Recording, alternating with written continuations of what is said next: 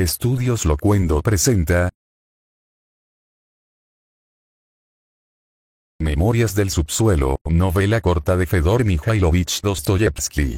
Segunda parte. A propósito de la nieve derretida. Poema de Nikolai Nekrasov. Cuando el ardor de mi palabra persuasiva retiró del abismo oscuro del error tu alma caída en el fondo, y tú, presa de un dolor atroz, maldijiste, retorciéndote los brazos, el vicio que te había fascinado. Cuando, castigando a tu conciencia, renunciando a tu existencia pasada y, ocultando el rostro en las manos, llena repentinamente de horror y de vergüenza, lloraste. Capítulo 1. En aquella época, solo tenía 24 años. Mi vida era ya lo que es hoy. Una vida sombría, desordenada y ferozmente solitaria. No tenía relaciones, no cruzaba la palabra con nadie y solo pensaba en ocultarme en mi rincón. Durante mis horas de oficina, en la Cancillería, procuraba no dirigir la mirada a ningún compañero, pero advertía perfectamente que estos me consideraban como un tipo raro, e incluso, tenía también esta impresión, me miraban con cierta repugnancia. A veces me preguntaba por qué había de ser yo el único en imaginarse que le miran con repulsión. Uno de nuestros empleados tenía una cara repugnante, picada de viruelas. Parecía un bandido. Si yo hubiese tenido un rostro tan horrible, ni siquiera me habría atrevido a aparecer en público. Otro empleado llevaba un uniforme tan mugriento que olía a demonios. Sin embargo, aquellos señores no daban muestras de avergonzarse de su cara, de su uniforme ni de su modo de ser. No se imaginaban que los pudieran mirar con desagrado. Por lo demás, incluso si se lo hubieran imaginado, no habrían experimentado la menor inquietud, a menos que se hubiese tratado de sus jefes. Ahora me parece que, impulsado por una vanidad desmesurada, me exigía demasiado y me miraba a menudo con una especie de desdeñosa irritación que rayaba a veces en la repugnancia. Y así llegué a persuadirme de que los demás me miraban con los mismos ojos. Mi cara me parecía detestable. La veía innoble, e incluso consideraba que tenía cierta expresión cobarde y vil. Y justamente por eso, al entrar por la mañana en la Cancillería, hacía un gran esfuerzo para adoptar un aire independiente y, temiendo que me creyeran cobarde, trataba de dar a mi rostro una expresión lo más noble posible. Mi cara no es hermosa, me decía. Es preciso, pues, que sea por lo menos noble, expresiva y, sobre todo, inteligente en extremo y yo sabía, estaba dolorosamente seguro, que jamás mi rostro conseguiría reflejar estas hermosas cualidades. Pero lo peor era que mi cara me parecía estúpida. Al fin y al cabo, me habría contentado con la inteligencia. Incluso habría transigido con una expresión vil, con tal que fuese también inteligente. Naturalmente, odiaba y despreciaba a todos los empleados de la Cancillería, desde el primero hasta el último. Pero creo que, al mismo tiempo, los temía. A veces, incluso los colocaba por encima de mí. Estas cosas ocurren siempre en mí repentinamente. Tan pronto desprecio a una persona como la elevo sobre el pavés. El hombre honrado y culto no debe ser vanidoso, sino extrema el rigor consigo mismo y se desprecia a veces hasta el odio. Pero yo, cualesquiera que fuesen mis sentimientos de desprecio y de respeto, bajaba los ojos siempre ante todo el mundo. Incluso hacía de vez en cuando experimentos. Sería capaz de soportar la mirada de este o aquel. Pero todas las veces bajaba la mirada. Aquello me atormentaba hasta la locura. Tenía también un temor enfermizo a parecer grotesco, y precisamente por eso profesaba una adoración servil por la rutina en todo lo concerniente a la vida externa, seguía con gran precisión el surco de la vida ordinaria y me aterraba reconocer que cometía cualquier irregularidad. Pero ¿cómo podía resistir? Mi inteligencia se había desarrollado morbosamente, como es propio de las inteligencias de nuestra época. En cuanto a mis compañeros, todos eran estúpidos y se parecían como ovejas. Si yo era el único que me consideraba un cobarde, un esclavo, era quizá justamente porque mi inteligencia estaba más desarrollada. Pero no se trataba de una simple ilusión. Yo era efectivamente un cobarde, un esclavo. Digo esto sin rubor alguno. En nuestra época, todo hombre decente es forzosamente cobarde y un esclavo. Tal es su estado normal. Estoy enteramente convencido de ello. El hombre está constituido para ser así. Y no se trata en modo alguno de un hecho exclusivo de nuestra época, dependiente de una serie de circunstancias especiales. En todos los tiempos, el hombre honrado fue un cobarde y un esclavo. Si tiene ocasión de dárselas de valiente, no debe jactarse de ello, porque inmediatamente después empezará a lloriquear. Tal es su ley eterna. No hay nada que pueda compararse con los asnos y los mulos en esto de ser bravos, pero hasta cierto límite.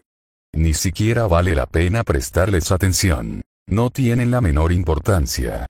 Había otra circunstancia que me atormentaba sin cesar. No me parecía a nadie, nadie se parecía a mí. Soy único, mientras ellos, son todos. Me decía. Y al punto empezaba a reflexionar. Como ustedes deducirán de estas declaraciones, yo no era todavía más que un chiquillo. Pero a veces, de pronto, se operaba en mí un cambio.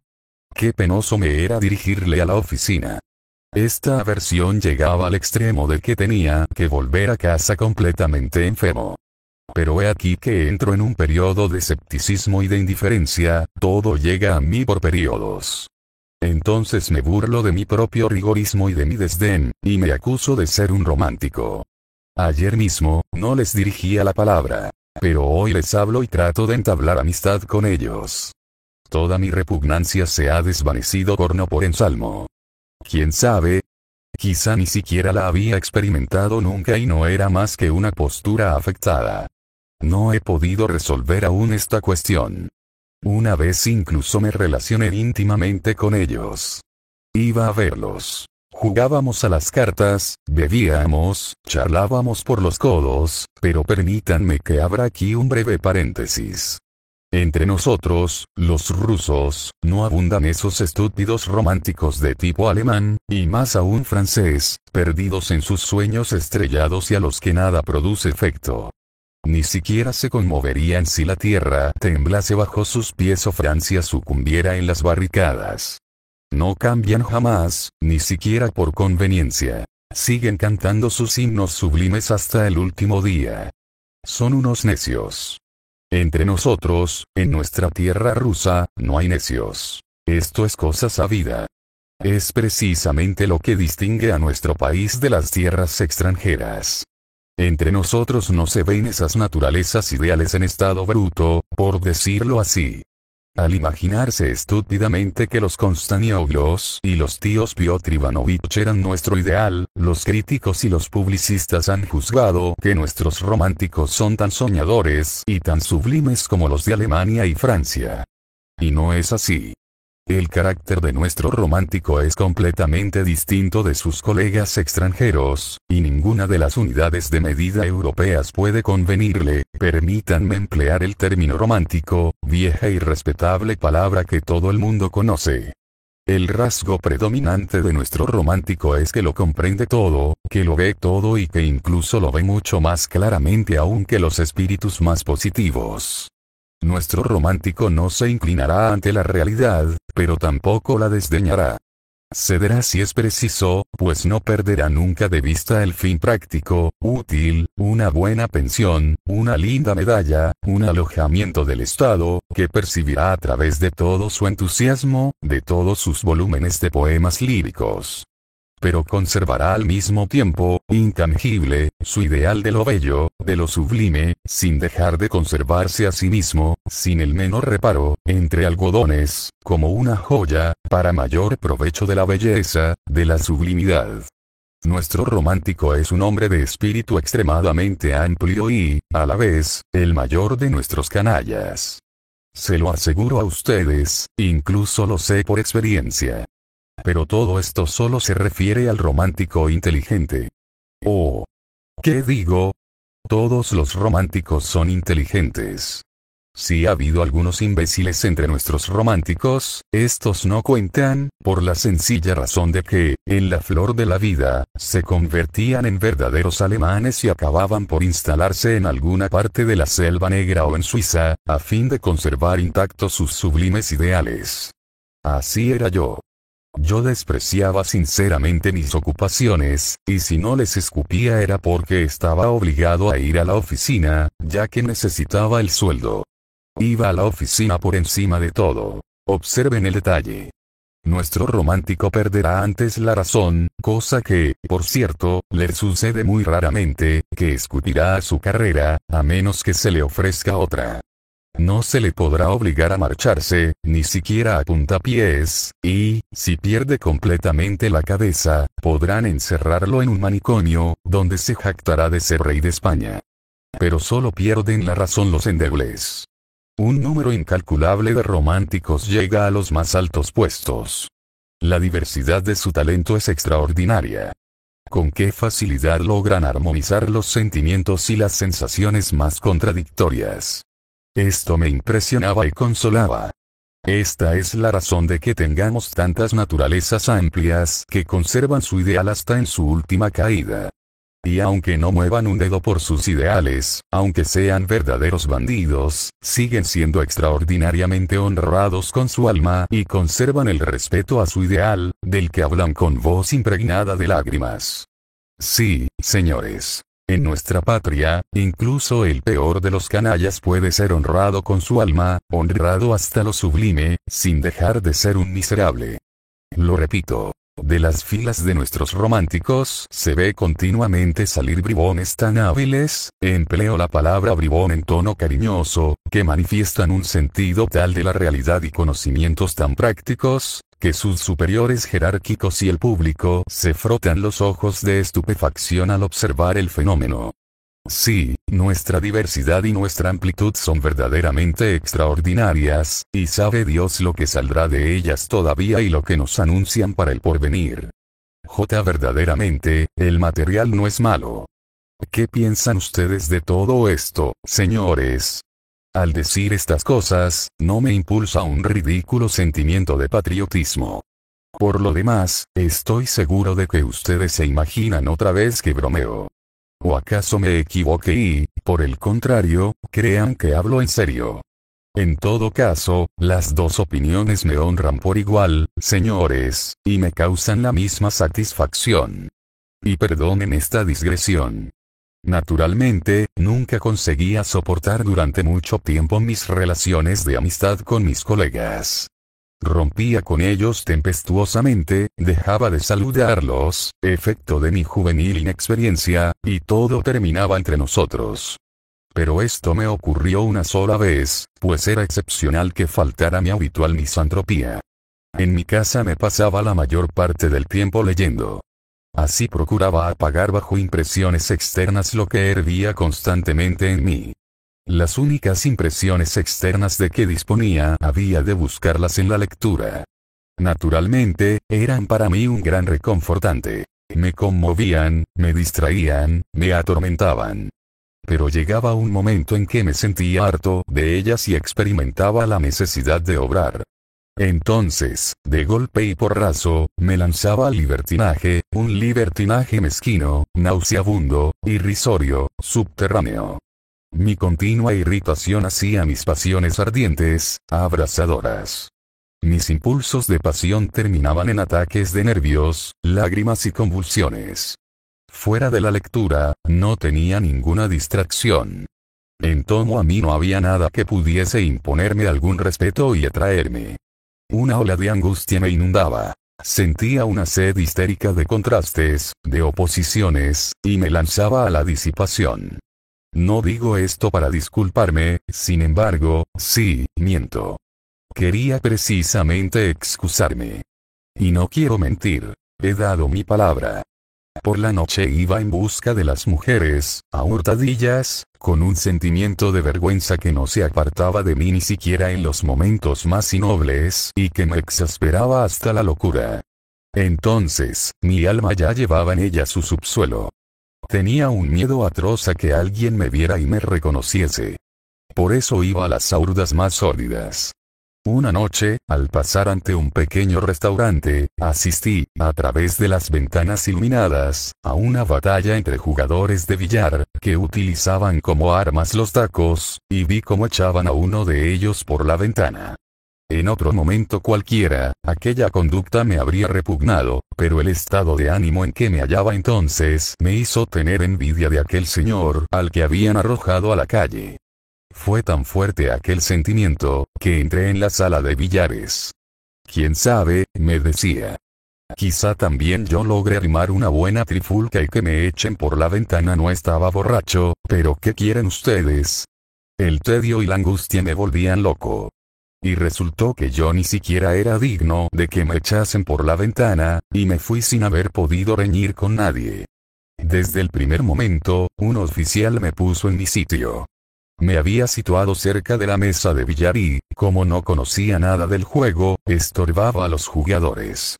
A fin de poder pasar, el oficial me puso las manos en los hombros y, sin la menor explicación, sin decir ni palabra, me apartó. Luego pasó como si yo no existiese. Le habría perdonado que me golpeara, pero me mortificó que me apartara en silencio. Solo el diablo sabe lo que yo habría dado por una disputa en regla, por una querella conveniente, literaria, por decirlo así. Me habían tratado como a una mosca. El oficial era un hombre de aventajada estatura. Yo, bajito y enclenque. Sin embargo, solo de mí dependía provocar un escándalo. Si hubiese protestado, me habrían hecho tomar al punto el camino de la ventana. Pero reflexioné y preferí escabullirme, aunque mi corazón rebosaba de cólera. De nuevo me vi en la calle. Estaba conmovido y perplejo. Regresé derecho a casa.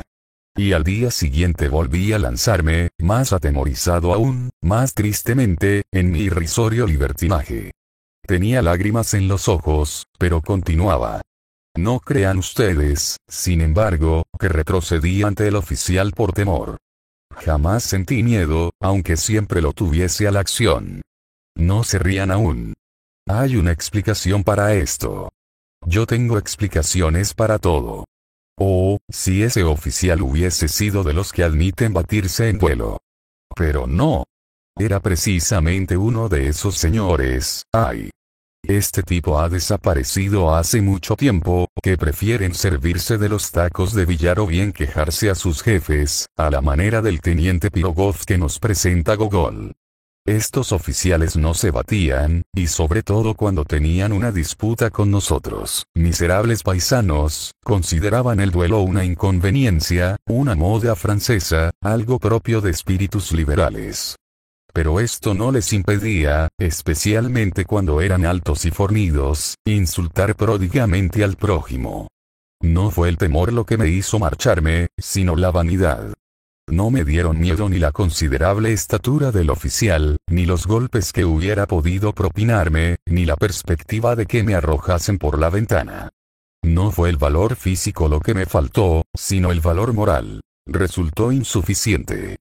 Temí que todos los presentes, empezando por el insolente encargado de la mesa y terminando por un empleadillo de cara llena de granos y de cuello grasiento, que se afanaba en tomo a los jugadores. Temí que todos se rieran de mí cuando levantase la voz en son de protesta y les hablase en un lenguaje literario. Porque entre nosotros no se puede hablar del puntillo de honor, no del honor, sino precisamente del point d'honneur, sin utilizar un lenguaje literario. No, el puntillo de honor no admite el lenguaje corriente. Yo estaba completamente seguro, como ustedes ven, el romanticismo anula en mí el sentido de la realidad, de que reventarían de risa, de que el oficial no se contentaría con pegarme, sino que me haría dar la vuelta a la mesa de billar, propinándome puntapiés en los riñones. Y solo después de esto, tal vez compadeciéndose de mí, me arrojaría por la ventana. Siendo yo el protagonista, aquella miserable aventura no podía acabar de otro modo. Después de esto se sucedieron mis encuentros con el oficial en la calle. Lo observé atentamente. ¿Me reconocía también él a mí? No lo sé. Creo que no. Lo creo por ciertos indicios. En cuanto a mí, lo examinaba con odio y rabia. Y esto duró varios años.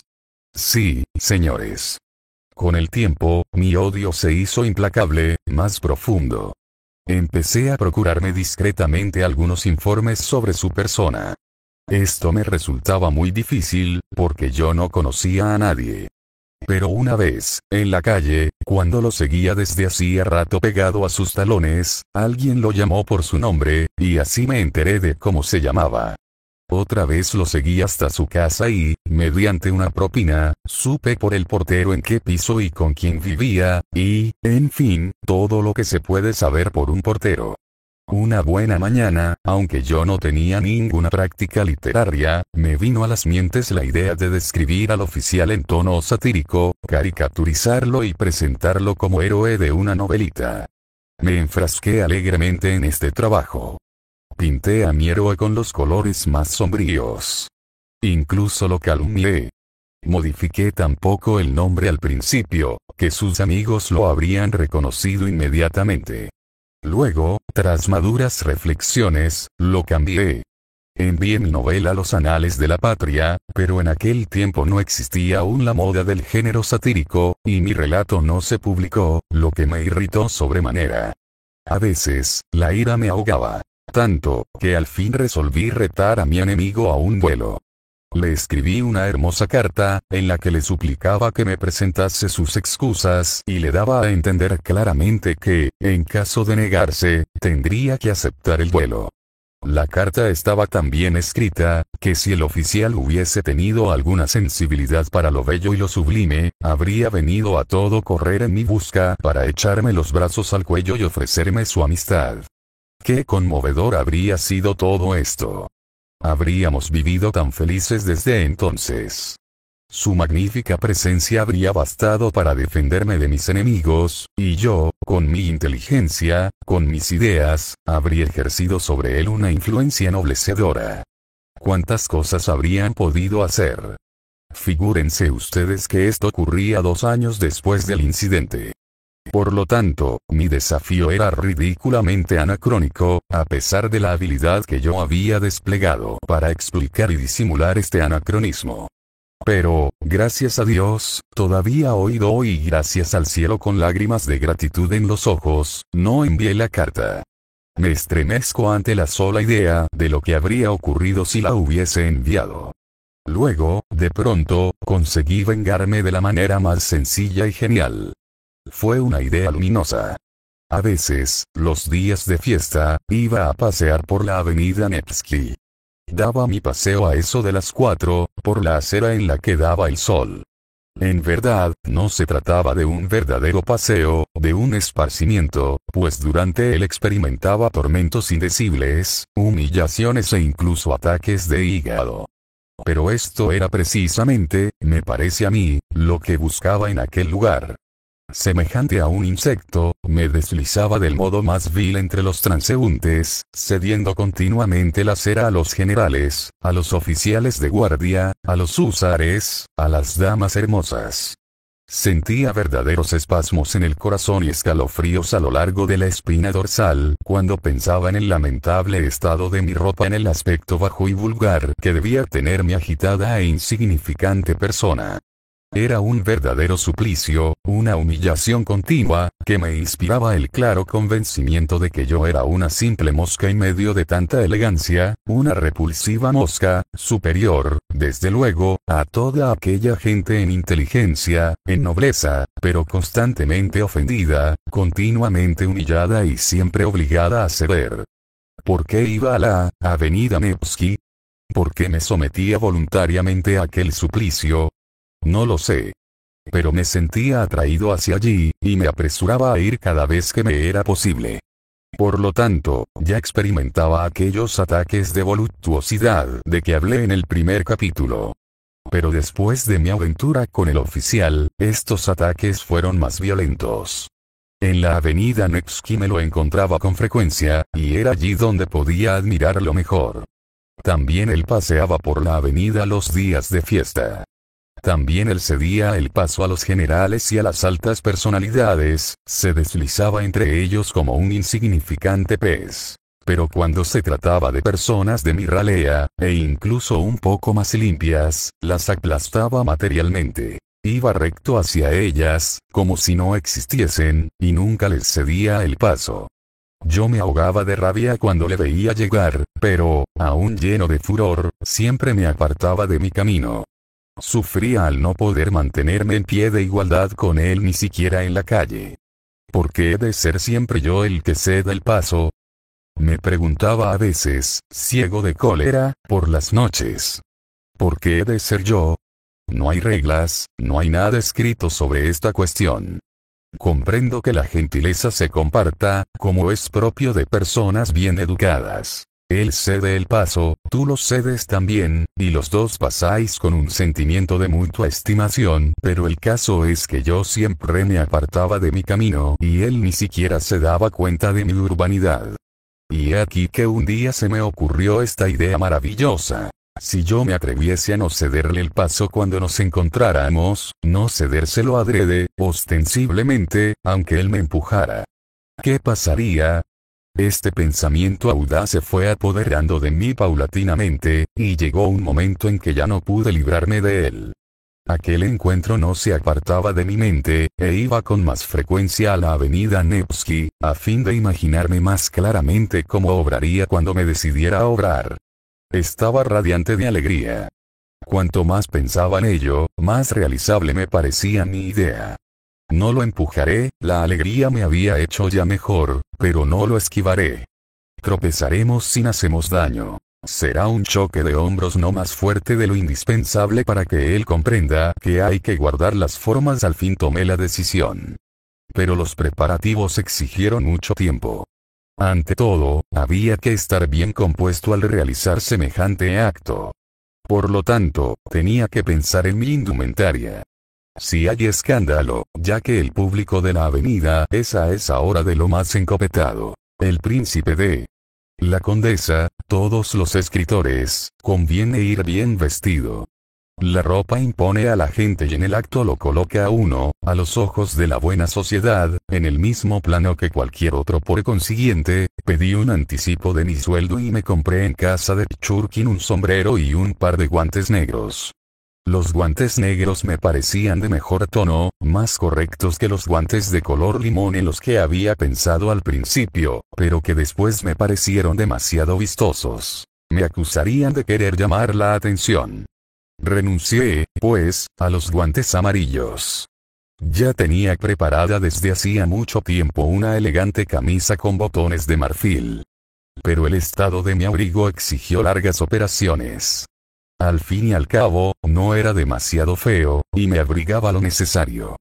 Pero estaba enguatado y tenía un cuello de oso lavador, como las pellizas de los lacayos. Así, pues, costase lo que costase, había que cambiar el cuello y ponérselo de castor como los que llevan los oficiales. Recorrí las tiendas, y al fin, tras una búsqueda infructuosa, di con un castor alemán que no debía ser muy caro.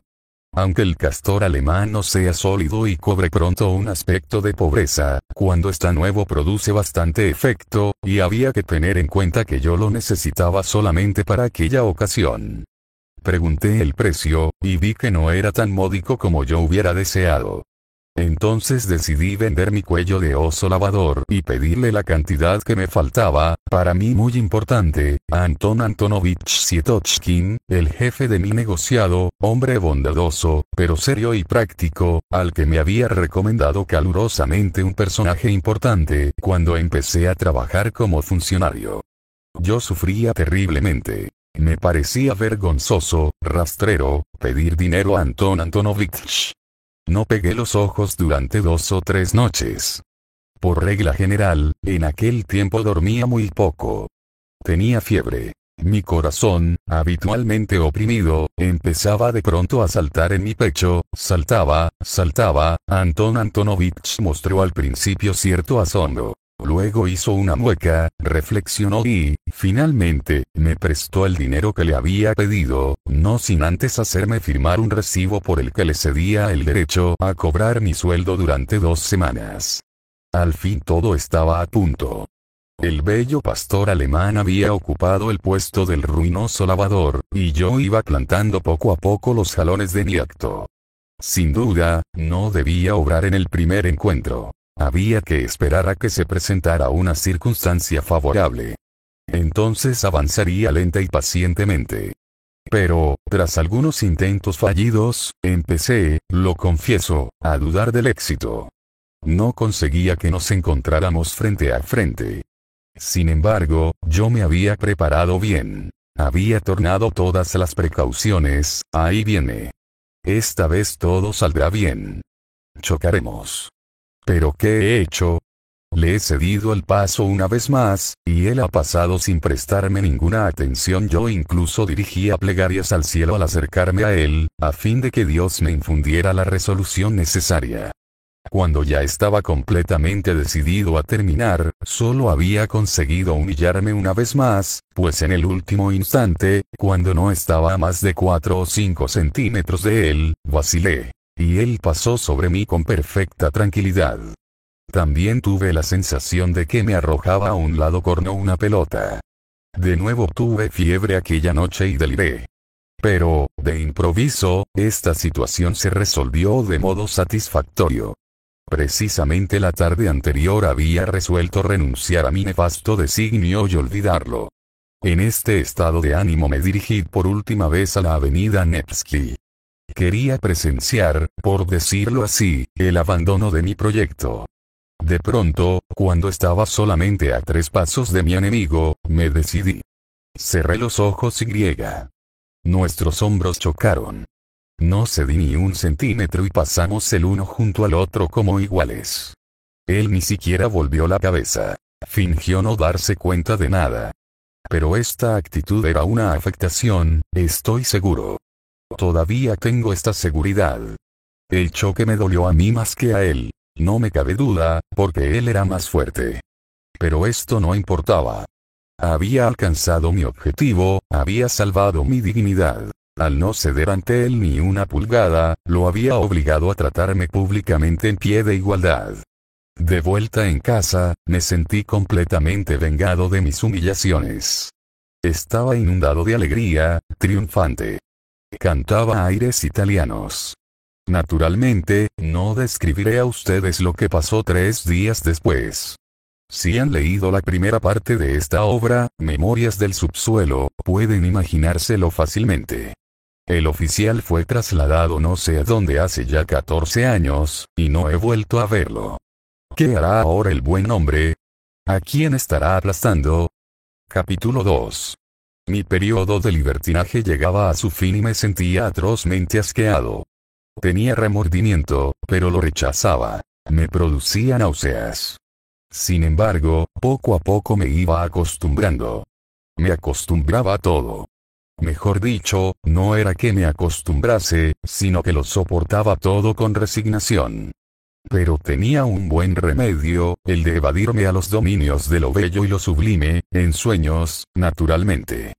Soñaba sin freno, pasaba 3 meses seguidos soñando, enterrado en mi rincón, y en aquellos momentos, créanme, no me parecía en nada aquel señor angustiado, de corazón de gallina, que cosía al cuello de su abrigo una piel de castor alemán.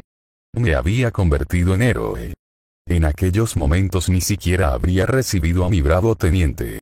Es más, ni siquiera habría pensado que tal cosa pudiera suceder. ¿Qué sueños eran aquellos y cómo podían satisfacerme? Hoy me es difícil explicarlo.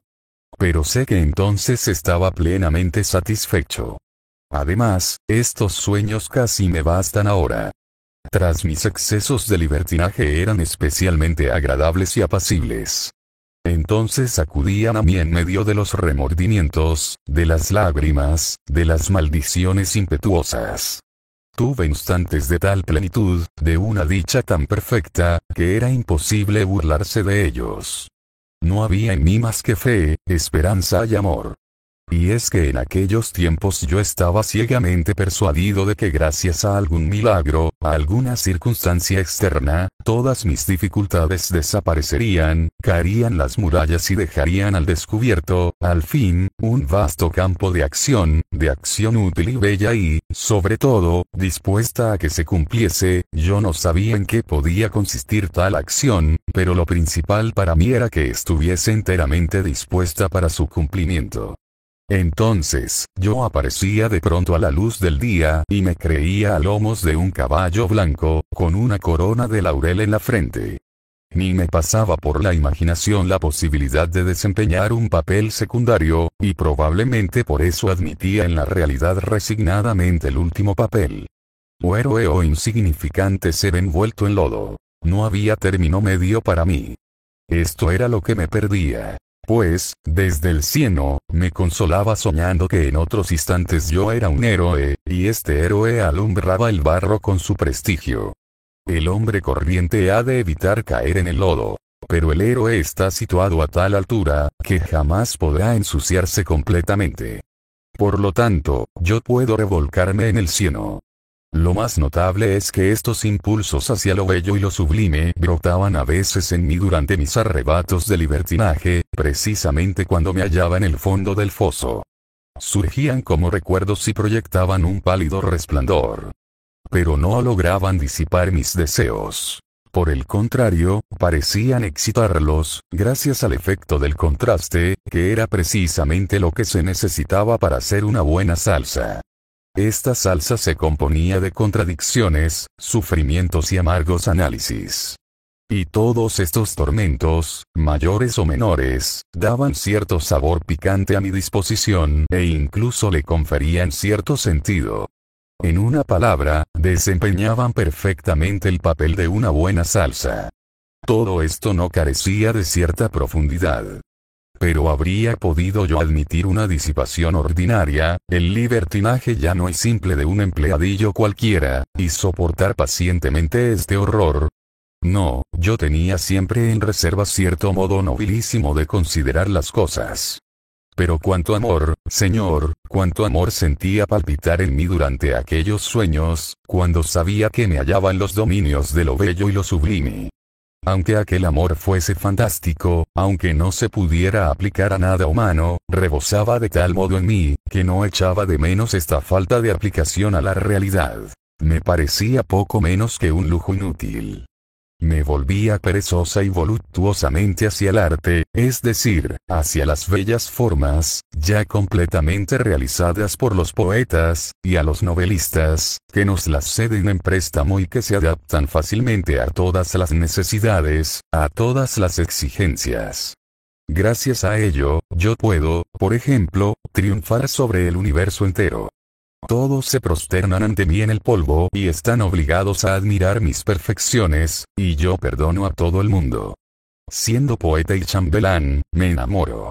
Recibo infinidad de millones, con los que obsequio inmediatamente al género humano, mientras confieso, ante el pueblo reunido, todas mis ignominias, que no son, ni que decir tiene, ignominias ordinarias, pues todas contienen algo de bello, de sublime, algo vironiano, dentro del género de Manfredo. Todos lloran y me besan, habrían sido imbéciles si no lo hubiesen hecho, y yo, descalzo y hambriento, me voy a predicar ideas nuevas y derroto por completo a los reaccionarios en Austerlitz. Acto seguido suena una marcha. Es la amnistía general. El Papa accede a ausentarse de Roma y trasladarse al Brasil. Luego, baile para toda Italia en la Villa Borghese, la que está junto al lago Como, pues se ha transportado el lago a los alrededores de Roma para esta ocasión. Seguidamente, gran escena en los bosquecillos, etc. En fin, ya saben ustedes lo que son estas cosas. Me dirán que es estúpido e innoble exponer todo esto públicamente después de haberles confesado que derramaba lágrimas y tenía momentos de éxtasis. Pero ¿por qué es innoble, señores? ¿De verdad creen ustedes que todo eso me da vergüenza y que mis sueños son más necios que las cosas que les han ocurrido a ustedes en la vida? Además, créanme, ciertos hechos no estaban demasiado mal coordinados, pero ocurrían a orillas del lago como. Por lo demás tienen ustedes razón. Es estúpido, es innoble. Pero lo peor es que me estoy justificando ante ustedes. Y el hecho de que lo confiese es todavía más vil. Bueno, basta ya. No acabaría nunca, pues siempre se encuentra el medio de descender más aún. Nunca pude prolongar mis sueños más de 3 meses consecutivos, y para terminar, declararé que, invariablemente, volví a sentir la necesidad irresistible de sumergirme en la sociedad de mis semejantes. Esto significaba visitar al jefe de mi negociado, Anton Antonovich Sietochkin. Esta fue la única persona en toda mi vida con la que sostuve relaciones regulares, cosa que todavía me causa asombro. Pero solo iba a su casa cuando mis sueños me habían elevado de tal modo, que no tenía más remedio que estrechar en mis brazos a la humanidad entera, y para eso necesitaba por lo menos un verdadero ser humano, un hombre de carne y hueso. Solo los martes se podía ir a casa de Anton Antonovich. Era su día de recibo. Por consiguiente, yo tenía que reprimir mi sed de abrazos hasta ese día. Anton Antonovich vivía en las 5 esquinas, en el 4º piso. Disponía de 4 habitaciones diminutas, de techo bajo, amarillentas y cuyo aspecto pregonaba su baratura. Tenía 2 hijas y una tía, que era la que servía el té. Una de las hijas contaba 13 años, la otra 14, y las 2 tenían la nariz respingona. Estas niñas me intimidaban, pues no cesaban de cuchichear ni de emitir risitas ahogadas. El dueño de la casa estaba habitualmente en su despacho, sentado en un gran diván de cuero, ante una mesa redonda, en compañía de un señor de aspecto respetable, pero que era un simple funcionario de nuestro ministerio. Nunca me encontré allí con más de 2 o 3 personas, y siempre eran las mismas.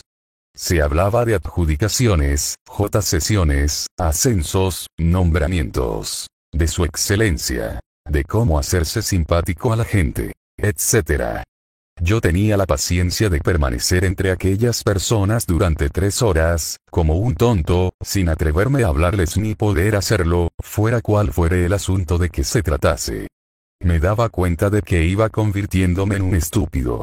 Sudaba, temía quedarme paralítico. Pero aquello tenía también sus ventajas para mí, pues, ya de vuelta en mi casa, renunciaba durante algún tiempo a mi deseo de estrechar entre los brazos a la humanidad entera. También me relacionaba con Simonov, antiguo compañero de colegio. Tenía en Petersburgo varios antiguos condiscípulos más, pero había dejado de alternar con ellos, e incluso de saludarlos en la calle. Es más, ¿acaso fue el deseo de no encontrarme con ellos, de olvidar todos los recuerdos de mi triste infancia lo que me impulsó a trasladarme a otro ministerio? Maldecía aquella escuela, aquellos atroces años de cárcel. Por eso rompí con mis compañeros apenas terminé mis estudios. Solo saludaba a 2 o 3. Uno de ellos era Simonov. En la escuela no se había distinguido en nada y tenía un temperamento afable y reposado. Yo lo estimaba por su espíritu de independencia y por su honradez. Incluso no creo que fuese extremadamente torpe. Pasamos juntos muy buenos ratos. Pero nuestras buenas relaciones no duraron mucho. Una especie de bruma las cubrió repentinamente. El recuerdo de aquella cordialidad molestaba sin duda a Simonov, que temía, en mi opinión, que yo intentara reanudar nuestro trato amistoso. Incluso me pareció que le repugnaba. Pero como no estaba seguro, seguía yendo de vez en cuando a su casa. Y he aquí que un jueves, incapaz de soportar más tiempo mi soledad y sabiendo que los jueves la puerta de Anton Antonovich estaba cerrada, me acordé de Simonov.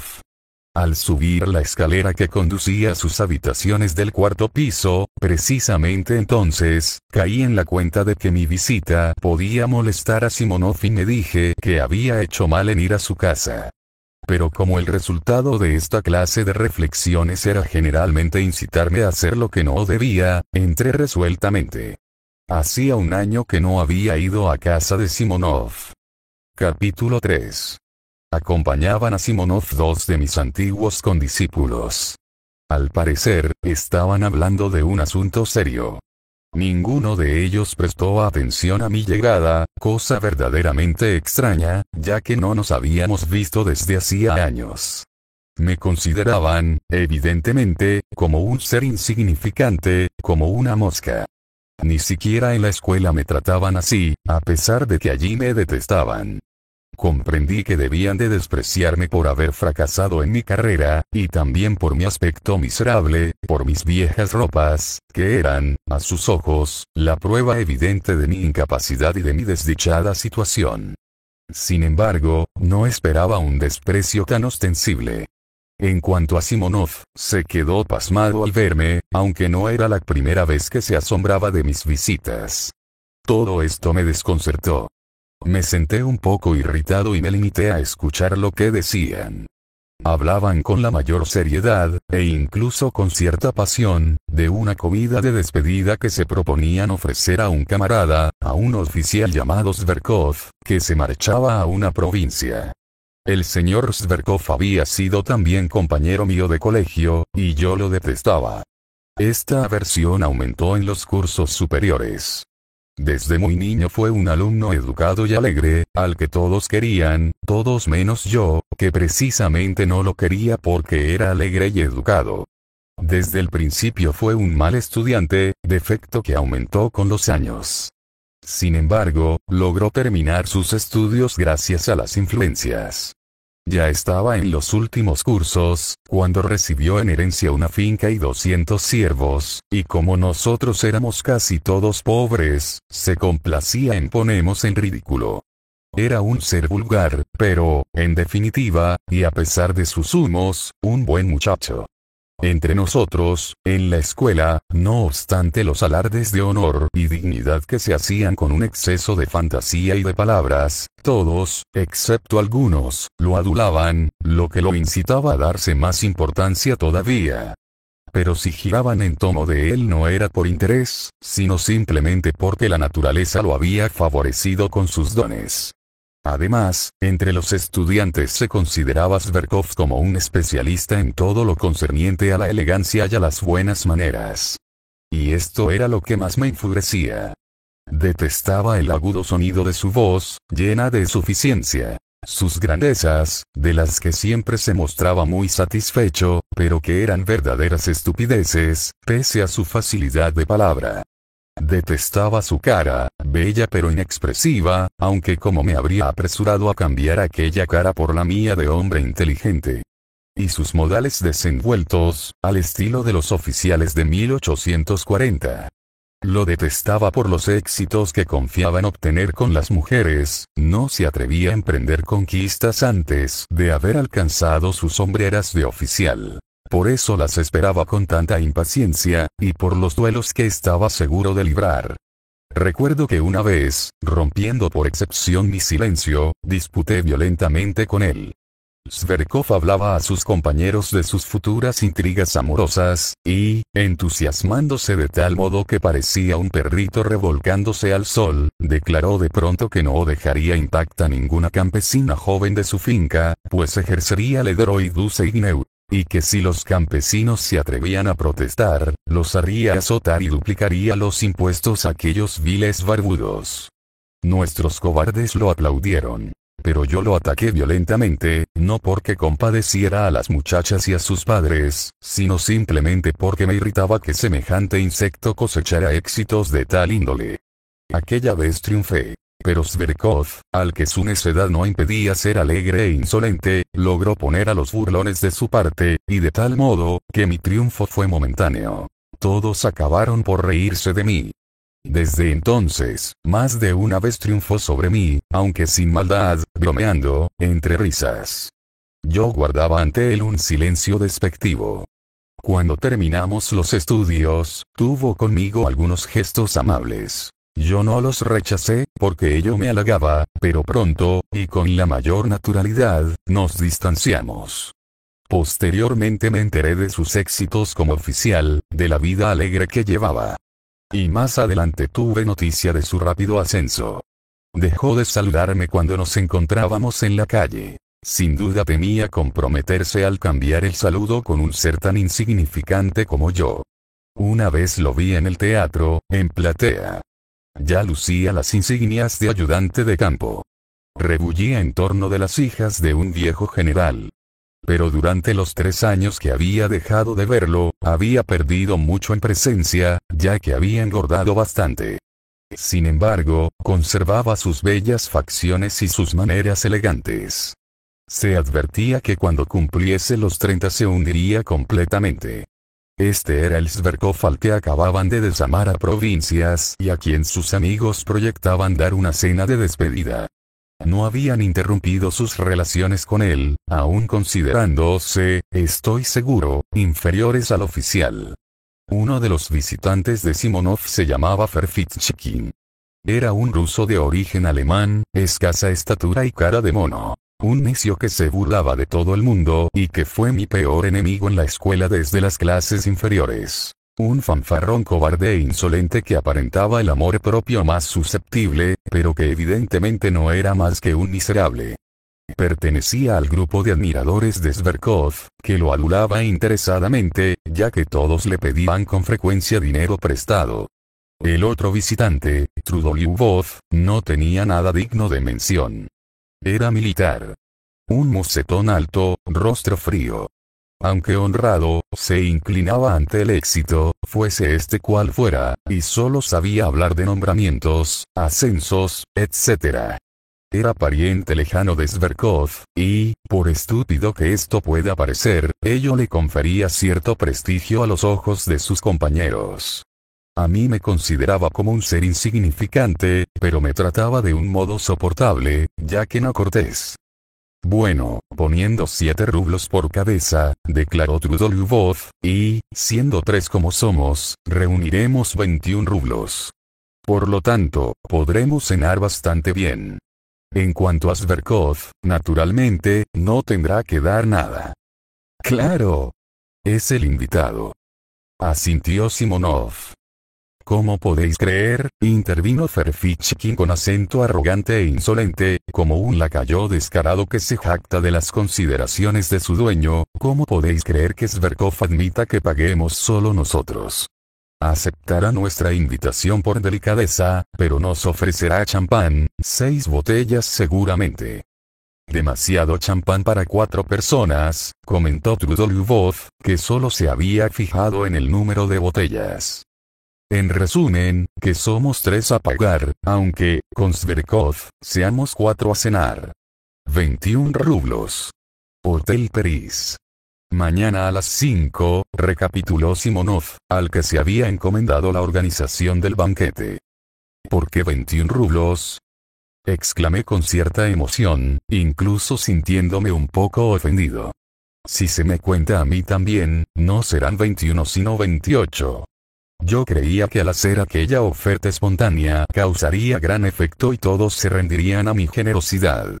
Esperaba miradas de admiración. ¿De veras quiere usted ser del grupo?, preguntó Simonov, descontento, sin mirarme, porque sabía perfectamente cómo era yo. Me exasperó que me conociera tan bien. ¿Por qué no?, exclamé con voz ronca. También yo fui compañero suyo. Es más, incluso me molesta que no me hayan informado a tiempo. ¿Acaso conocíamos su paradero?, exclamó rudamente Trudolyubov.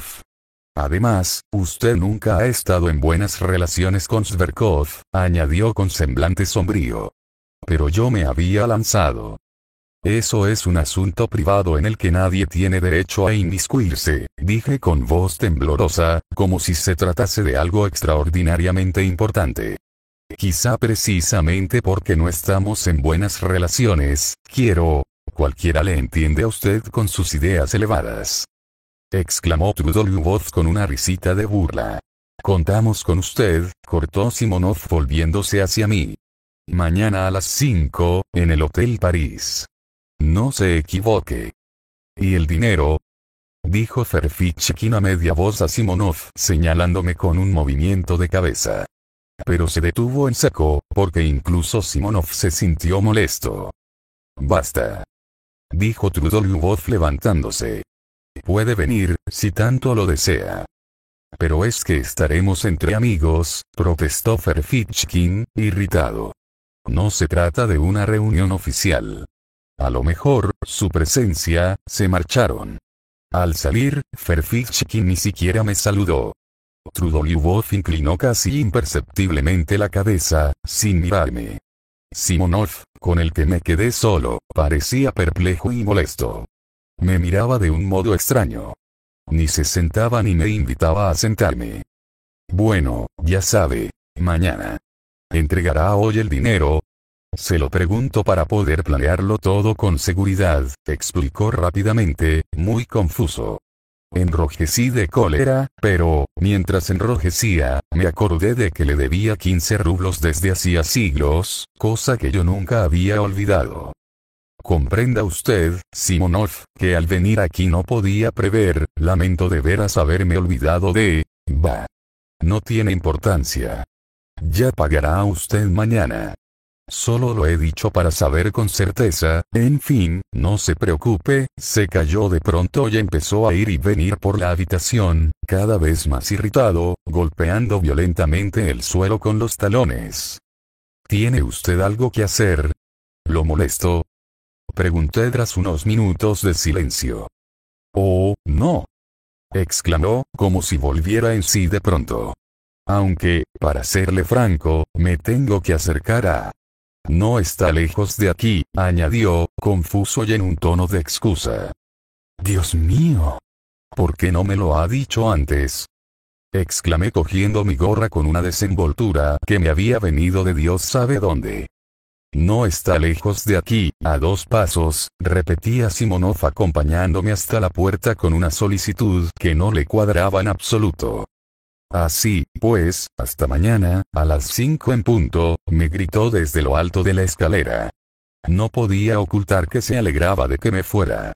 En cambio, yo estaba furioso, ¿por qué diablos me habría metido en aquel enredo? Rechinaba los dientes mientras iba a grandes zancadas por la calle. ¿Y todo por quién? Por aquel cerdo de Zverkov.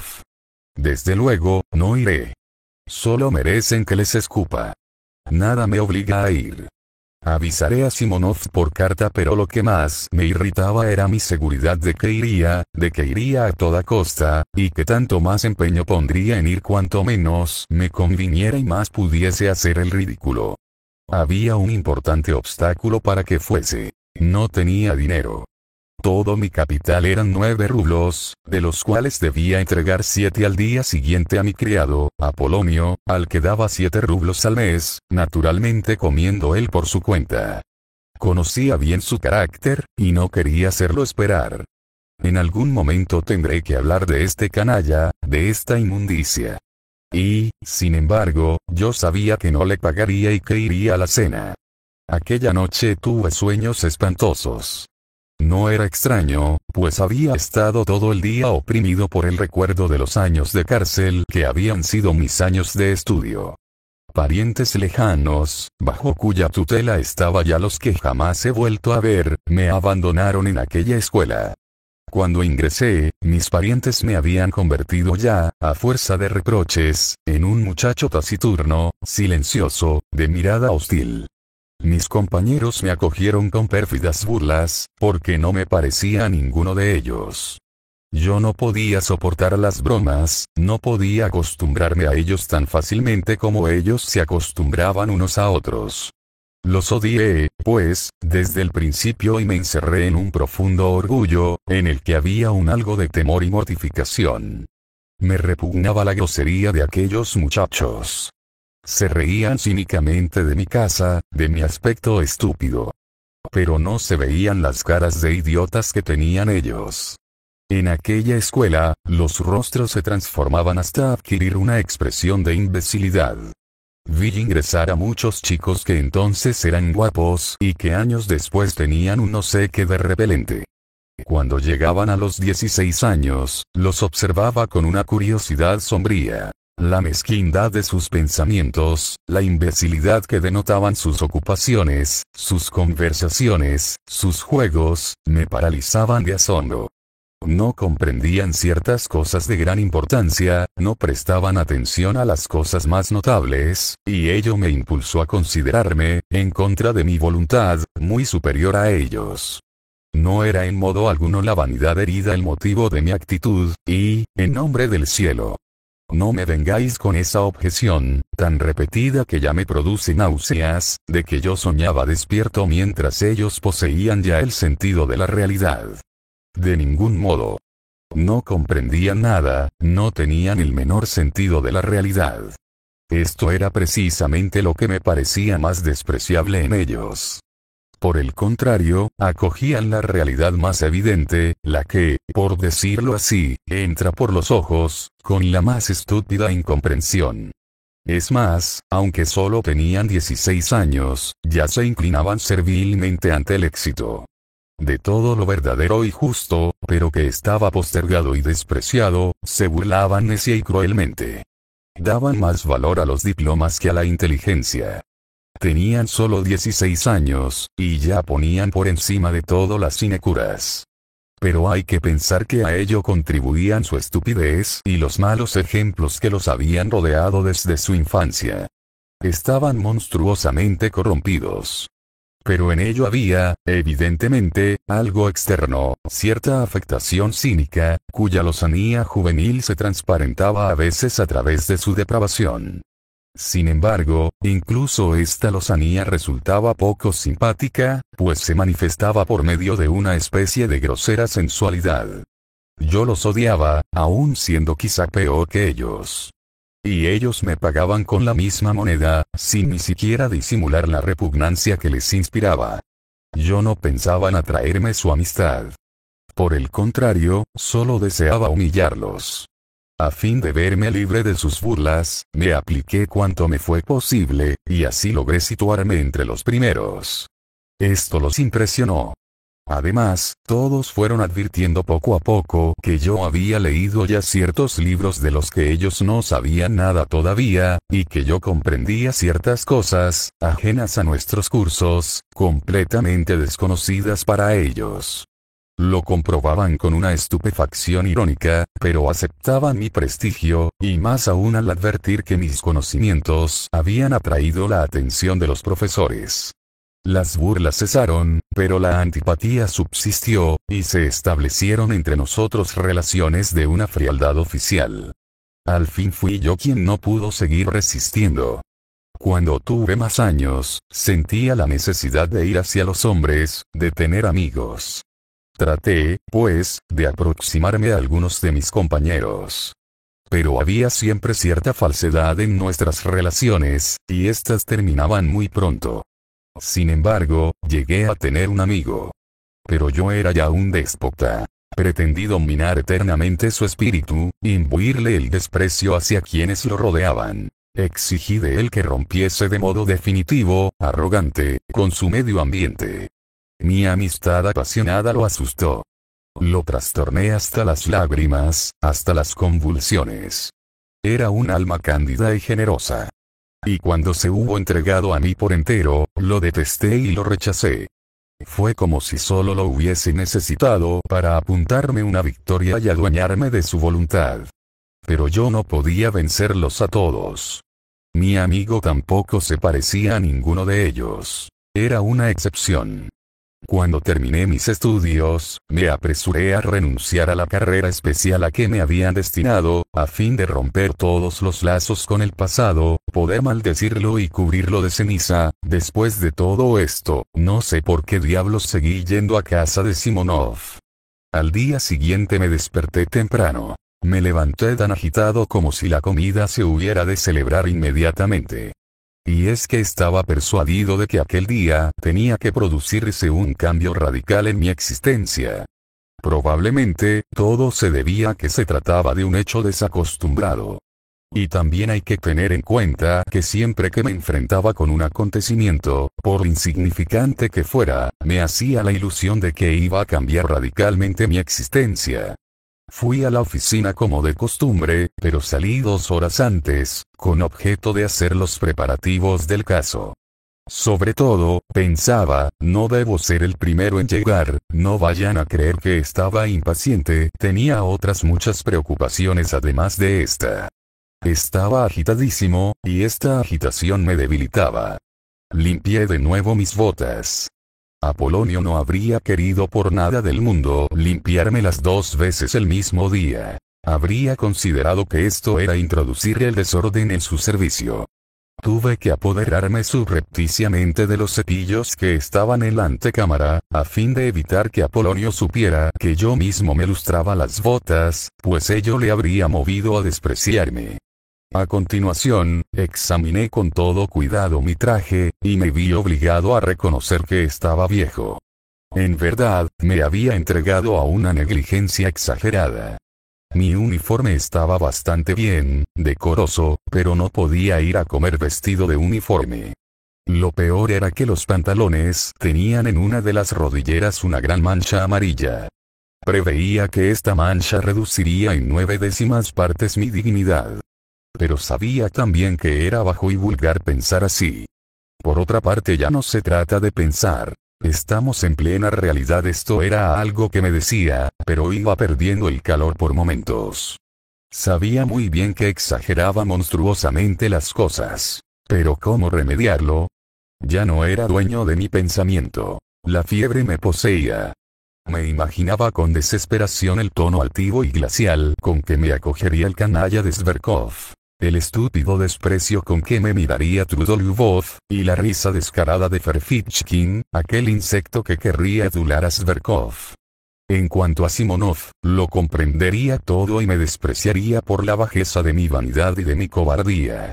Además, y especialmente, qué miserable, qué poco literaire, qué trivial sería aquella reunión. Lo mejor habría sido, evidentemente, quedarse en casa. Pero esto era justamente lo más difícil. Cuando me acometía esta tentación, me rebelaba. Me habría burlado de mí mismo durante todo el resto de mi vida. Vaya, hombre. ¿Tuviste miedo de la realidad? Sí, miedo. Precisamente lo que yo deseaba, lo que yo anhelaba era demostrar a aquella morralla que no era en modo alguno tan cobarde como parecía. En plena fiebre, soñaba con vencerlos, con triunfar, con cautivarlos, con obligarlos a estimarme aunque solo fuese por la elevación de mis pensamientos y por mi innegable y cáustico ingenio. Abandonarán a Zverkov, lo dejarán solo, silencioso y confuso en un rincón.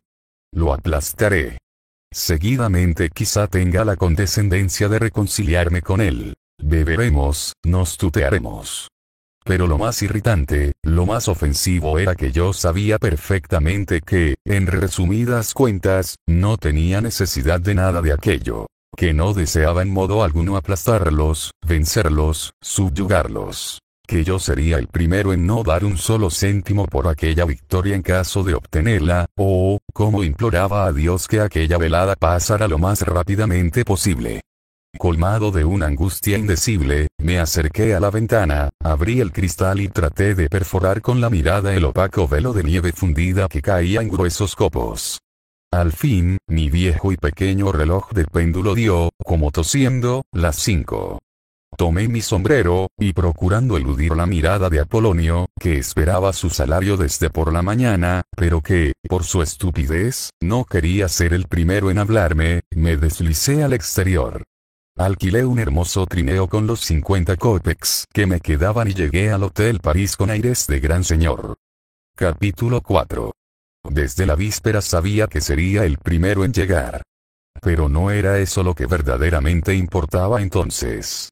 No solo no había allí ninguno de ellos, sino que me fue en extremo difícil encontrar la sala que teníamos reservada.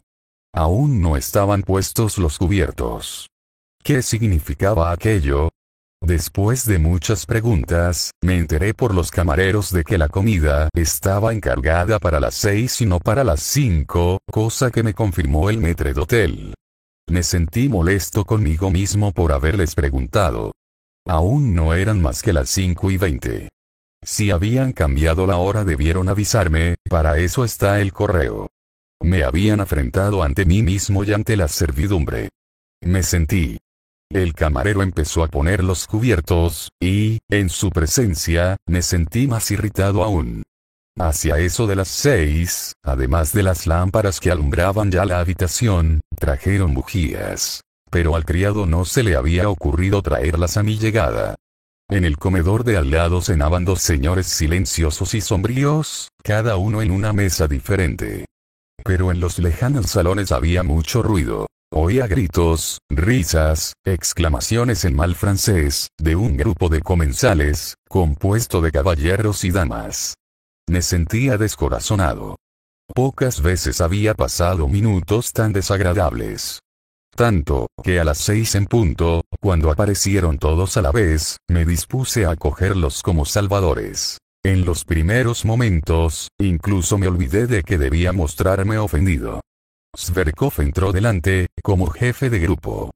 Todos reían, pero, al verme, Zverkov irguió la cabeza, avanzó hacia mí sin precipitarse, contoneándose como una mujer coqueta, y me tendió la mano con gesto amable, aunque no en exceso, con una especie de cortesía prudente, con esa cortesía de alto personaje que, al mismo tiempo que tiende la mano, parece protegerse de algún peligro. Yo esperaba que, por el contrario, cuando entrase se echaría a reír, como hacía siempre, con una risa aguda y chillona, y que soltase una de sus estupideces que consideraba como agudezas. Me estaba preparando para ello desde la víspera, pues en modo alguno esperaba un tono tan condescendiente, tan altivamente cortés. Tan superior a mí en todos los aspectos se consideraba. Si hubiese adoptado aquella actitud señorial para humillarme, la cosa no habría tenido importancia. Yo le habría pagado con la misma moneda y asunto concluido. Pero ¿cómo responder a aquel hombre que no había pensado en modo alguno en ofenderme y en cuya estúpida cabeza de carnero se había introducido la idea de que era infinitamente superior a mí, y, por lo tanto, solo podía hablarme en un tono protector? Al pensar en todo esto me latía con violencia el corazón. Me he enterado con asombro de su deseo de ser hoy de los nuestros, empezó a decir con voz jadeante y untuosa y subrayando las palabras, cosa que antes no hacía. Hacía mucho tiempo que no nos veíamos. Nos evitaba usted, y hacía mal, porque no somos tan terribles como usted cree. Pero, sea como fuere, me alegro mucho de restablecer, se volvió y, con un ademán negligente, lanzó su sombrero al alféizar de la ventana. ¿Lleva mucho tiempo esperando?, preguntó Trudolyubov. He llegado a las 5 en punto, como quedó convenido ayer, respondí en voz alta y con una irritación que hacía prever un próximo estallido. ¿Es que no le avisaste de que habíamos cambiado la hora?, preguntó Trudolyubov a Simonov. No. Se me olvidó, repuso este, aunque sin mostrar ningún pesar. Luego, sin excusarse ante mí salió para dar las órdenes pertinentes. ¿Con que hace ya una hora que está usted aquí? Pobre chico, exclamó burlonamente Zverkov, pues, para su modo de ser, aquello era sumamente divertido. E inmediatamente, siguiendo su ejemplo, el miserable Ferfitchkin soltó una de sus risotadas repelentes, agudas y temblorosas. Me pareció un perro. Y él me consideró a mí como un ser ridículo. No veo nada de risible en eso, dije, cada vez más irritado, a Ferfitchkin. La culpa es de ellos, no mía. No me avisaron. Es incomprensible. Incomprensible es poco, rezongó Trudolyubov tomando ingenuamente mi defensa. Es usted demasiado indulgente. Ha sido una verdadera grosería, aunque no premeditada. ¿Cómo es posible que Simonov? Si a mí me hubiesen hecho una jugada así, comentó Ferfitchkin, habría pedido algo al camarero, le interrumpió Zverkov. O se habría puesto a comer sin esperamos. También yo habría podido hacerlo sin autorización de ustedes, reconózcanlo, declaré en un tono tajante. Si los he esperado ha sido porque, a la mesa, señores, exclamó Simonov, entrando. Todo está listo. Garantizo champán. Está helado. No conozco su dirección. ¿Cómo podía avisarle? me dijo volviéndose de pronto hacia mí pero sin mirarme. Evidentemente tenía algo contra mí, ya que estaba pensando en el asunto desde el día anterior. Nos sentamos. La mesa era redonda. Tenía a mi izquierda a Trudolyubov, y a mi derecha a Simonov. Zverkov estaba frente a mí, y Ferfitchkin, entre él y Trudolyubov. Dígame, ¿está usted en el ministerio? Me preguntó Zverkov, que, como ven, seguía dedicándome su atención. Viéndome confuso, consideraba que era necesario mostrarse sociable conmigo y levantar mi ánimo. Por lo visto quiere que le lance una botella a la cabeza, me dije, sintiendo que el furor se apoderaba de mí. Me irritaba con gran rapidez, sin duda a causa de mi falta de costumbre de alternar con las personas. Sí, pertenezco a la Cancillería, respondí con voz ronca. ¿Y, ve usted alguna ventaja en ese empleo? Dígame, ¿por qué dejó sus anteriores ocupaciones? Porque estaba harto, sencillamente. Arrastraba las palabras mucho más que él. Apenas podía dominarme. Ferfitchkin se dedicó de lleno a su plato. Simonov me lanzó una mirada irónica. Trudolyubov dejó de comer y me miró fijamente, con curiosidad. Zverkov tuvo un ligero sobresalto, pero fingió no darse cuenta de nada. ¿Y los honorarios, qué? ¿Qué honorarios? Su sueldo. Esto parece un examen. Sin embargo, le dije lo que ganaba. Me sentía sonrojado hasta las orejas. No es una fortuna, comentó gravemente Zverkov.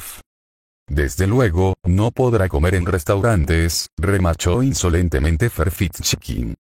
A mi juicio, ese sueldo es, sencillamente, una miseria, dijo, muy serio Trudolyubov. ¿Y cómo ha enflaquecido usted, cómo ha cambiado desde entonces? Exclamó Zverkov, esta vez sin malicia, con una especie de compasión insolente y examinándonos a mí y a mi traje. Basta ya.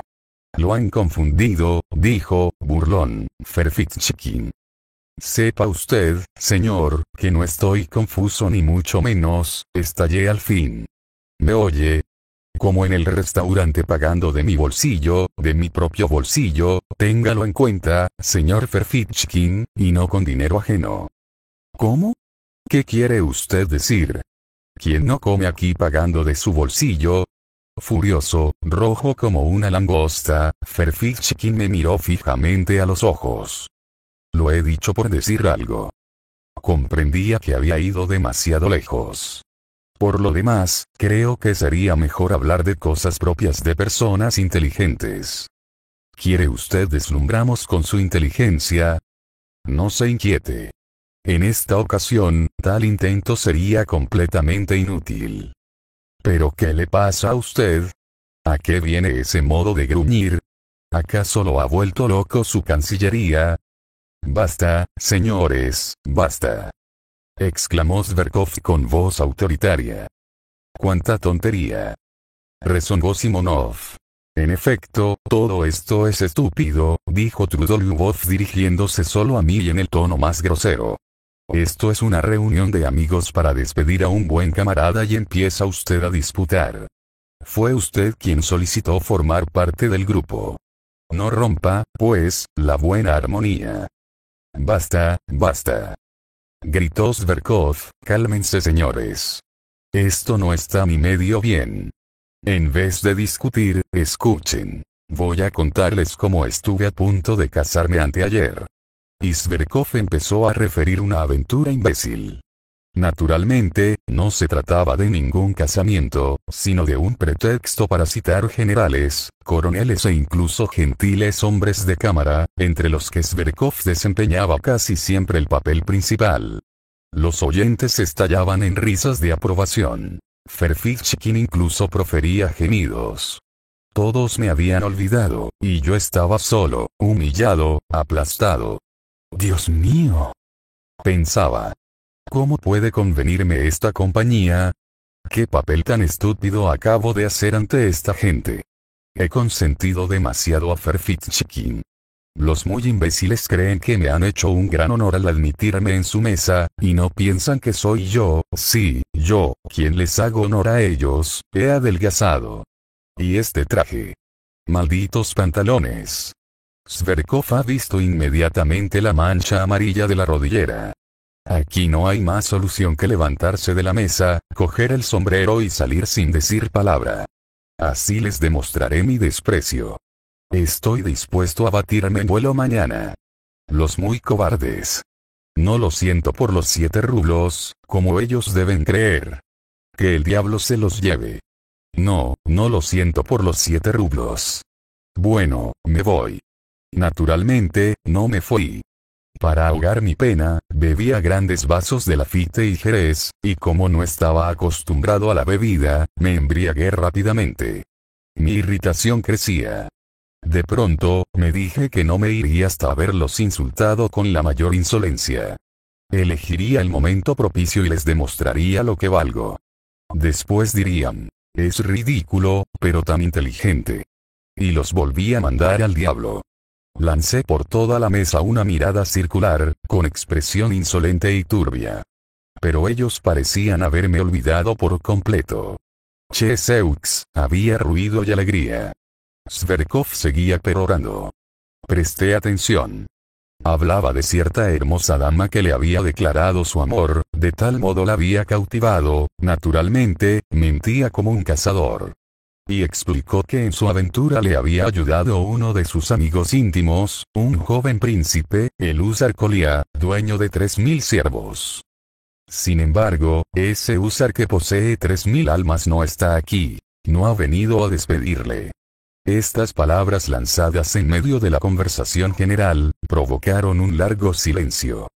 «Está usted completamente borracho», dijo Trudolyubov, dignándose al fin a mirarme y haciéndolo despectivamente. Zverkov me observaba en silencio, como se observa a un insecto raro. Bajé los ojos. Simonov se apresuró a servir champán. Trudolyubov levantó su copa. Los demás, excepto yo, siguieron su ejemplo. «A tu salud, y para que tengas un feliz viaje», dijo Zverkov. «En recuerdo de nuestros años de estudio, amigos, y por nuestro porvenir». ¡Hurra! Todos bebieron y corrieron hacia Zverkov para abrazarlo. Yo me quedé en mi asiento. Mi copa seguía llena ante mí. «¿Y usted? ¿Es que no va a beber?», aulló Trudolyubov volviéndose hacia mí con un gesto de amenaza. «Quiero decir unas palabras, señor Trudolyubov. Luego beberé, maldito sarnoso», murmuró Simonov para sí. Me puse en pie y levanté mi copa. Tenía fiebre. Me disponía a hacer algo extraordinario, aunque no sabía lo que iba a decir. «Silencio», exclamó Ferfitchkin. «Al fin vamos a oír cosas inteligentes». Zverkov esperaba, muy serio. Sabía lo que iba a ocurrir. «Señor teniente Zverkov», comencé, «sepa que detesto las frases bonitas y los uniformes ceñidos al talle. Este es el primer punto. Vamos con el segundo». Vi que todos se agitaban en sus asientos. «Segundo punto. Detesto a los que frecuentan los cotillones». Tercer punto. Soy partidario de la verdad, la sinceridad, la honradez. Hablaba maquinalmente, petrificado de horror, no comprendiendo cómo me atrevía a expresarme así. Me inclino ante el pensamiento, señor Zverkov, ante la verdadera camaradería, en pie de igualdad. Bueno, pero esto no impide que también yo beba a su salud, señor Zverkov. Seduzca a las jóvenes circasianas, mate a los enemigos de la patria, y griega. A su salud, señor Zverkov. Zverkov se levantó, me hizo una inclinación de cabeza y respondió. «Le estoy muy agradecido». Se sentía profundamente ofendido. Incluso palideció. «Que se vaya al diablo», aulló Trudolyubov dando un fuerte puñetazo en la mesa. «Hay que partirle la cabeza», gritó Ferfitchkin con su penetrante voz. «Debemos echarlo», gruñó Simonov. «Ni una palabra, señores, ni un gesto», exclamó solemnemente Zverkov, calmando el furor general. Les doy las gracias a todos, pero yo mismo probaré a este caballero el valor que concedo a sus palabras. Señor Ferfitchkin, dije con acento teatral hacia él. Mañana mismo me dará a usted una satisfacción por las palabras que ha pronunciado hace un momento. ¿Un duelo?, exclamó. Encantado. Pero sin duda, estaba tan grotesco cuando desafié a Ferfitchkin, y el contraste de mis palabras con mi aspecto era tan extraordinario, que todos, incluyendo a Ferfitchkin, lanzaron una carcajada mientras se agitaban en sus asientos. En fin, déjenlo. Está borracho perdido, dijo Trudolyubov con una mueca de disgusto. Nunca me perdonaré haber consentido que viniera, rezongó Simonov. Ha llegado el momento de arrojarles una botella a la cabeza, pensé haciendo una botella que no estaba vacía, pero lo que hice fue llenar de nuevo mi vaso. No, les dije con el pensamiento. Me quedaré hasta el fin.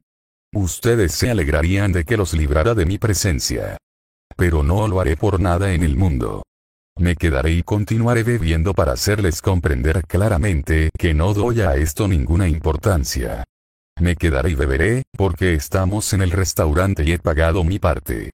Me quedaré y seguiré bebiendo, porque para mí son ustedes simples muñecos.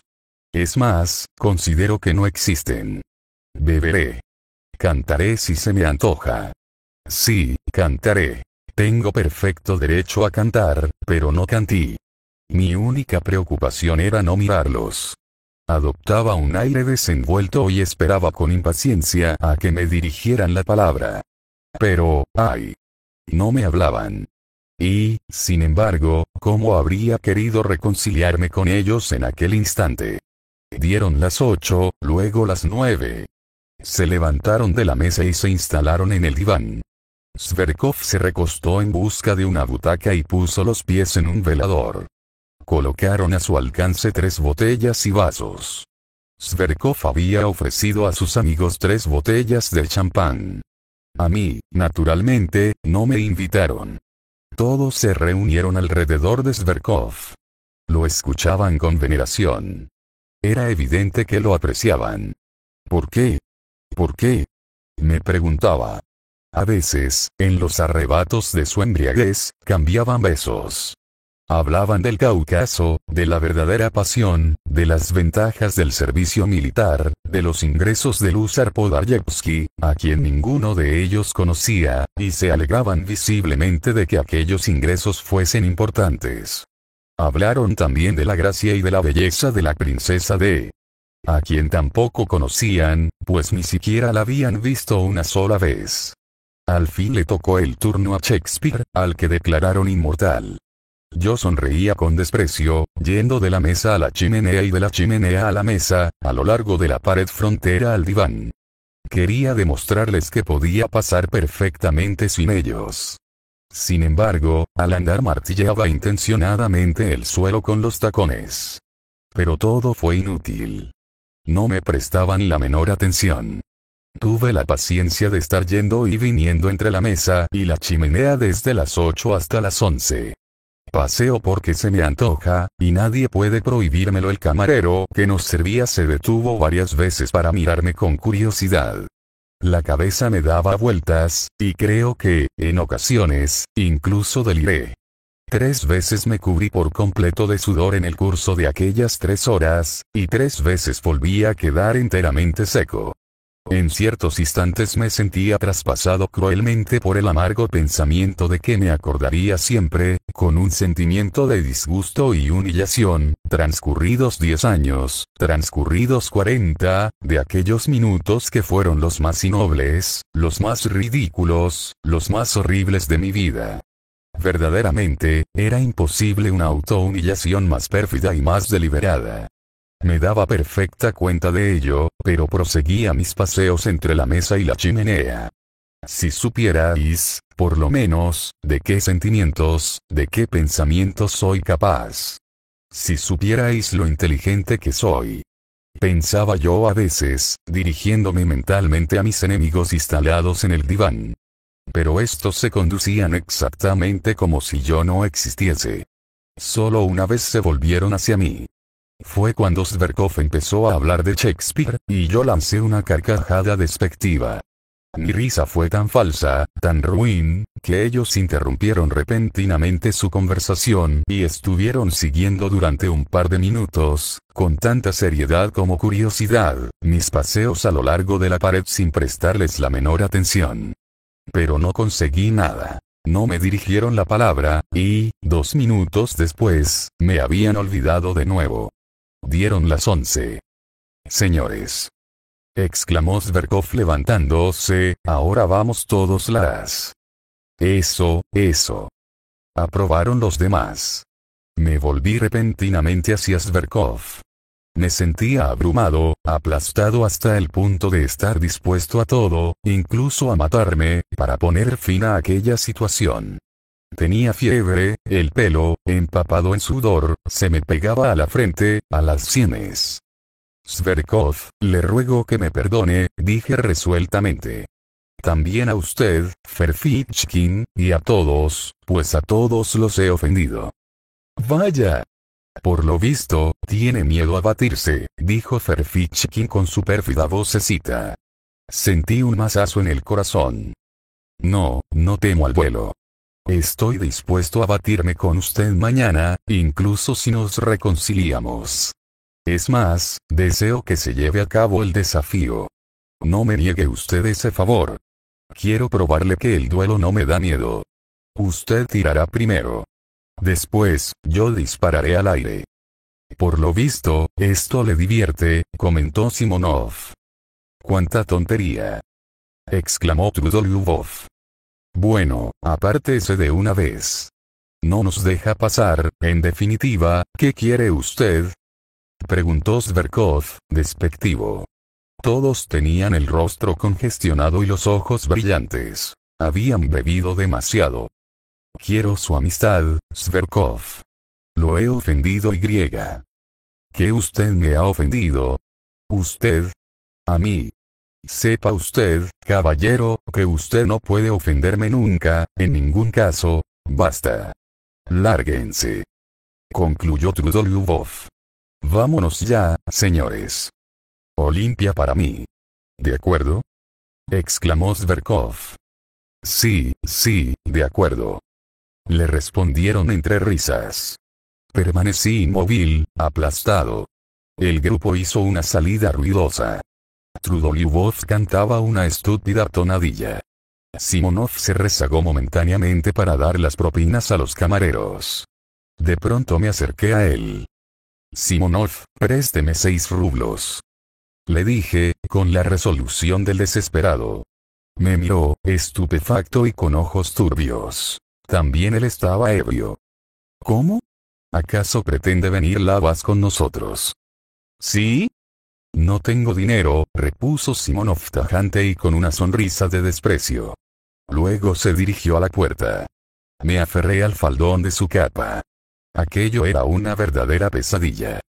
Simonov. He visto que tenía usted dinero. ¿Por qué me lo niega? ¿Acaso soy un miserable? No me lo niegue. Si usted supiera, si usted pudiese saber por qué se lo pido. Todo mi porvenir, todos mis planes dependen de esos 6 rublos. Simonov sacó el dinero del bolsillo y casi me lo arrojó a la cara. Tómelos, ya que tiene tan poca dignidad. Me dijo despiadadamente. Y corrió a reunirse con el grupo. Me quedé solo, y así estuve un momento. Qué gran desorden me rodeaba. Restos de comida, vasos rotos, vino derramado, colillas. La angustia me oprimió el corazón, el humo de la embriaguez invadió mi cabeza, y allá lejos estaba aquel criado que lo veía todo, lo oía todo y me miraba fijamente, con curiosidad. Adelante. Exclamé. O imploran todos de rodillas y besándome los pies que les conceda mi amistad, o le daré una bofetada a Zverkov. Capítulo 5. Al fin llegó. Ya está aquí el conflicto con la realidad, farfullaba yo para mí mientras bajaba la escalera de 4 en 4 escalones. Esta vez no se trata ya del viaje del Papa al Brasil, ni de un baile a orillas del lago como. Soy un miserable. Burlarme de eso en este momento. Pero ¿qué importa, si ya está todo perdido? Mis enemigos habían desaparecido sin dejar rastro, pero yo sabía perfectamente dónde los podía encontrar. Vi un trineo solitario, uno de esos trineos que hacen el servicio nocturno. El cochero llevaba una palanda de buriel espolvoreada de nieve fundida. La humedad era asfixiante. El caballejo era bayo, tenía el pelo erizado, estaba también cubierto de una capa de nieve y tosía. Lo recuerdo todo perfectamente. Corrí hacia el trineo, pero apenas puse el pie en el interior, recordé el desprecio con que Simonov me había entregado el dinero, y me sentí tan aniquilado, que caí como un saco en el fondo del trineo. No será nada fácil lavar todo esto, me dije. Pero lo lavaré o moriré esta misma noche. Adelante. Nos pusimos en camino. Las ideas se arremolinaban locamente en mi cabeza. Desde luego, no me pedirán de rodillas que les conceda mi amistad. Esto no es más que un espejismo estúpido, romántico, fantástico. Es siempre el mismo baile junto al lago como. Por consiguiente, estoy obligado a darle una bofetada a Zverkov. Sí, he de darle una bofetada, más deprisa. Más deprisa. El cochero tiró de las riendas. Apenas llegue, lo abofeteo. ¿Debo decir algunas palabras a modo de prefacio de las bofetadas? No. Entró y lo abofeteo. Estarán todos reunidos en la sala, y Zverkov, sentado en el diván con Olimpia. Maldita Olimpia. Un día se burló de mi cara e incluso se negó a seguirme. La cogeré del pelo y la arrastraré. Luego le tiraré de las orejas a Zverkov. No, será mejor atenazarlo por la punta de una oreja y obligarlo, a tirones, a dar la vuelta a la sala. Seguramente, todos se arrojarán sobre mí, me golpearán y me echarán a la calle. Pero no importa. Habré sido yo el primero en pegar. Habrá sido mía la iniciativa, y, según las reglas del honor, con eso basta. Él quedará marcado, y para lavar ese oprobio no tendrá más medio que batirse conmigo. Se verá obligado a batirse. ¿Qué me importa que se arrojen sobre mí? Sí, ¿qué me importa? Los muy ingratos. Los golpes de Trudolyubov serán durísimos. Es tan fuerte. Ferfitchkin me atacará a traición y me cogerá por los pelos, no me cabe duda. Pero no importa. Estoy decidido a todo. Sus cerebros de carnero no tendrán más remedio que comprender al fin el lado trágico de esta aventura. Cuando me arrastre hacia la puerta, les gritaré que valen menos que mi dedo meñique, más deprisa, cochero. Más deprisa.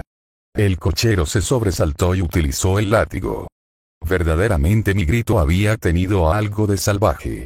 Nos batiremos al despuntar el día. Es cosa resuelta. Perderé mi empleo. ¿Pero de dónde sacaré las pistolas?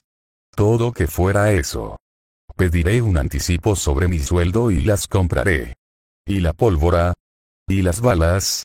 De eso se encargarán los testigos. ¿Que no tengo amistades? No importa. Me dije con ardor creciente.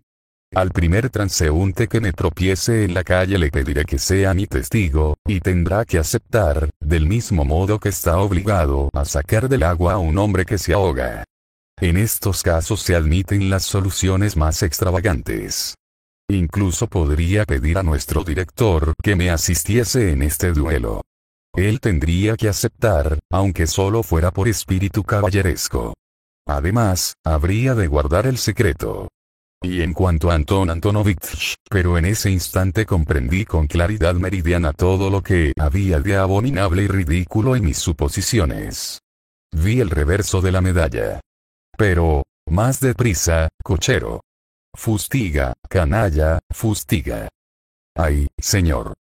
Exclamó, quejumbroso, el representante de la fuerza inculta. De pronto, un frío de hielo cayó sobre mí. ¿No sería mejor regresar derecho a casa? Oh, Dios mío. ¿Por qué habré venido a esta cena? Pero ya no hay remedio. ¿Y mi caminata de 3 horas entre la mesa y la chimenea? No, tiene que pagarme ese oprobio, fustiga cochero.